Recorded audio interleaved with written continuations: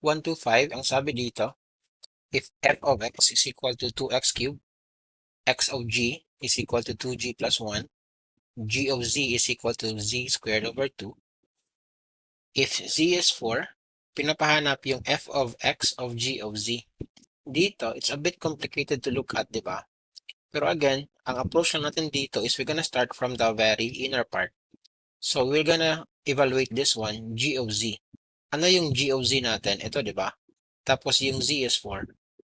So mangyayari, ang lahat ng z, palitan mo ng 4, meron kang 4 squared over 2. This gives you 16 over 2. This is just 8. Tapos, since meron ka ng g of z, ang value ng 8, ipasok mo dito sa 2g plus 1. So, yung g mo naman magiging 8. So, meron kang 2 times 8 plus 1. This gives you 17, di ba? So, since meron ka ng 17, ang 17 naman, ipasok mo sa x. So, meron kang 2, 17 cube. This will give you 9,826. So, yung sagot natin dito will be letter C. 126. Martin walks 31 meters from school using some of the roads represented by the lines above. If the distance between the school and the park and the store in his home is the same, so ito daw, school, park, tapos store and home the same, so 7 yan. The question is, how much shorter would he walk if he went directly without using the roads? So, ito yung road na tinatahak ni Martin, no? Home, dyan, that's 13. Tapos ito, tapos 11. So, ang total niyan is 31. So, meron kang 13, meron kang 11, that is 24. So, ilan to dito? This is 7, right? 7. Now, ang question is, gaano daw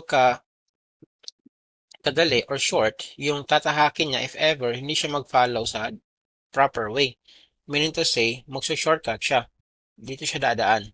Ito yung school. Oops. Ito yung school and then ito yung bahay niya. Yan. Diyan siya dadaan. So instead of dito, 13, 7, 11, that's 31. So gaano to kahaba? And then if we are done computing this one, isubtract natin sa 31. Okay? So 31 minus that. Now, pansin natin dito, if we're going to extend this, ito. Di ba ito and ito? Since ito and ito are equal, ito and ito are also equal, di ba? That's 13. So ang total sum nito will be 24. So meron ka ngayong triangle na ganito. 7, 24. And this is actually a Pythagorean triple, di ba? So this is 7, 24, ito ay 25. So meaning to say, ito will be 25. So 31 minus 25, this is 6. So ang sagot natin will be 6, letter C. 127 tayo. Nikki wanted to mix 5 liters of a drink that was 10% sugar with a drink that was 50% sugar to make a drink that was 25% sugar. How many liters of the 50% sugar drink must he add to get the 25 sugar drink? So pag mga mixture problem, tandaan lang natin, no? Ito yung ating part that will give us the entire whole, okay? That is equal to the entire whole. That's how we do our mixture problem.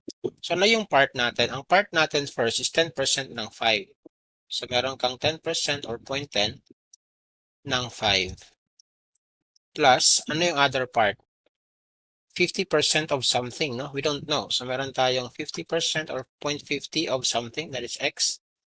This should be equal to 25%. Meron kang 25% ng what? Ng 5 plus x. So dito, solve lang natin. Ano yung 0.10 times 5? This is just 0.50, di ba? 0.50. Tapos again, meron kang 0.50x equals 0.25 times 5, that is 125 plus 0.25x. Now dito, since these are all decimals, para hindi tayo mahirapan, what we can do is multiply natin siya by 100 both sides, no? Para makancel yung mga decimal places natin. So 50 times 0.50 times 100, that is just 50. and then plus 50x equals 125 plus 25x. And then we just combine like terms. Meron kang 50 minus 25x, that is 25x, equals 125 minus 50, that is 75. So divide everything by 25, x will be 3. So ito yung sagot natin. That is letter C in the choices. 128. The ratio of tomatoes to potato in a recipe is 5:3. So meron kang tomato to potato, that is 5:3. Tapos, the ratio of potatoes to eggs. So, yung potato to eggs, that is 5:7. No? We are asked to find the ratio of eggs to tomato. Eggs to tomato. Now, dito, pansin natin, yung P and P, yung potato natin is common, di ba? Sa dalawang ratio natin. So, gagawin natin, hanap tayo ng LCM nito, ng 3 and 5. Di ba, ang LCM is 15. Sige. So, 15. So, ano yung number na i-multiply mo sa 3 para maging 15? 5. So, multiply mo ito, everything by 5. Meron kang 25 is to 15. Tapos dito, ano yung i-multiply mo sa 5 para maging 15? Di ba 3? So, multiply mo ito lahat by 3. So, meron kang 15 is to 21. So, meron ka ng yung egg mo is again 21.